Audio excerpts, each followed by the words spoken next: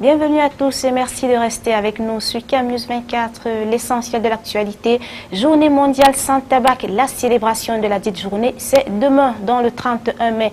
Et déjà, les chiffres des fumeurs effraient. 6 millions de personnes meurent chaque année au monde des suites d'infections liées au tabagisme. Plus de 600 000 sont des non-fumeurs, mais victimes du tabagisme passif. 63% des décès dans le monde sont attribués aux maladies chroniques dont le tabac apparaît comme le principal facteur de risque. En rappel, la journée mondiale se célèbre sous le thème « Interdit la publicité, la promotion et le parrainage des produits du tabac ». Célébration d'une autre journée à l'aube, c'est celle de la Journée nationale de l'éducation physique qui se célèbre le 2 juin prochain. Des kits sportifs sont remis aux délégués régionaux du ministère des Sports et de l'éducation physique par le ministre du dit département, Adoum Garoua. Ce 29 mai donc à Yaoundé, les délégués régionaux sont appelés à distribuer de manière équitable le matériel aux participants à la Journée nationale de l'éducation physique. Et ce matériel est composé de survêtements, polo, casquettes, ballons de football, de handball et de volleyball. Cette 7e journée de l'éducation physique se célèbre sous le thème éducation physique et santé pour tous à l'aube de l'émergence. Documentation géologique et minière, la cérémonie d'ouverture de la première édition de la conférence internationale sur l'industrie minière au Cameroun, tenue ce 29 mai au Palais des Congrès de Yaoundé, a permis à la rétrocession d'un patrimoine précieux destiné à la mise en valeur de la richesse du sous-sol camerounais. C'est le gouvernement canadien, par le biais de son haut-commissaire Benoît Pierre Lemarais, qui a remis le document dit égaré à l'état de droit. Parlons du Sénat présent et après le vote vendredi le 24 mai des 130 articles de la proposition de loi relative au règlement intérieur de la Chambre, les sénateurs ont les regards rivés vers la Cour suprême qui siège comme juridiction constitutionnelle. Les juges de la supra-juridiction examinent la conformité des textes qui vont régir le fonctionnement de la Chambre haute du Parlement. Ils ont 8 jours pour apprécier la proposition de loi et puis le texte devra être promulgué par le président de la République. En religion, l'apôtre dit Champi, ambition de débarrasser le Cameroun des propos dits mensongers. Il l'a révélé aux hommes de médias à Douala. Pour lui, seule la vérité pourra bannir la prolifération des maisons de Dieu, soit des églises réveillées et sauver le Cameroun. En répondant aux différentes interrogations, l'apôtre déclare qu'il n'appartient à aucune dénomination particulière. Il compte d'ailleurs véhiculer un contenu de 134 messages de vérité à ses compatriotes et fidèles épris de paix.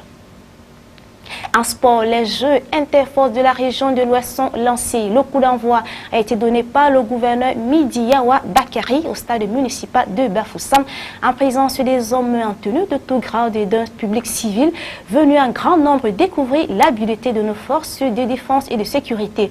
Lors des discours qui meublent cérémonie civile, les athlètes et officiels ont directement prêté serment en prenant l'engagement de rester fair-play tout au long de la compétition qui en définitive n'est qu'un jeu. Il s'agirait de faire du sport dans un esprit fraternel dépourvu de tout esprit de guerre. À présent, l'essentiel de la page étrangère avec l'agence France Presse. Première mise en examen dans l'affaire de l'arbitrage tapis Adidas. Pierre Estoup, un des 3 magistrats qui a donné le feu vert au versement de 403 millions d'euros à l'homme d'affaires dans le litige l'opposant au Crédit Lyonnais, va devoir répondre d'escroquerie en bande organisée. Le haut magistrat est soupçonné d'être intervenu avec d'autres pour favoriser la remise de cette forte somme d'argent. Pour Bernard Tapie, cette mise en examen est incompréhensible. La tension monte avec Israël. Bachar al-Assad reconnaît avoir reçu des missiles S-300 de la Russie, selon la chaîne du Hezbollah qui doit diffuser ce soir son interview. Israël a averti qu'il réagirait en cas de livraison de ces missiles. Il a mené début mai 2 raids aériens sur des cibles militaires, disant vouloir empêcher un transfert d'armes au Hezbollah, son ennemi juré qui combat aux côtés des troupes de Damas. C'est sans doute le mariage le plus symbolique de la Ve République. Vincent et Bruno se sont dit oui mercredi à la mairie de Montpellier dans une ambiance de fête, à peine émaillée par quelques propos homophobes et fumigènes. Premier couple homosexuel marié depuis la promulgation de la loi il y a 12 jours, il devrait bientôt être imité par d'autres couples de façon plus intime. Des questions sur Alexandre, l'auteur présumé de l'agression d'un militaire à la Défense. Le jeune de 22 ans converti à l'islam avait été signalé comme se radicalisant dans une note transmise à la DCRI qui n'en a rien fait. Interpellé dans les Yvelines et placé en garde à vue, il aurait reconnu les faits. Son geste aurait été commis au nom de son idéologie religieuse selon le parquet. Certains l'appellent le jardin le plus romantique du monde. À 60 km de Rome, le jardin à l'anglaise Ninfa est une balade le long d'une rivière transparente au fond de laquelle frétillent des truites. Ses plantes rares, ses ruines empreintes de mystère, le pépiment de ses oiseaux a inspiré de nombreux auteurs, tels que Virginia Woolf, Truman Capote ou Pier Paolo Pasolini. Fin du Flash Info et à suivre cet après-midi la grande émission Culture d'Afrique avec au menu le prince Koumane Doumbé III, écrivain et homme de lettres qui vient de recevoir de remarquables distinctions aux États-Unis d'Amérique. Il sera l'invité d'Éric Ticheux. À suivre également dans le cadre de la page spéciale sénatoriale la rediffusion de l'entretien qu'a accordé Sa Majesté Salomon Madiba Songué, sénateur RDPC du Vouri, à notre rédaction. Et enfin une balade touristique du centre au centre zoologique de Garoua. Mesdames et messieurs, vous faites bien le choix. Camus 24. Merci à tous de votre attention.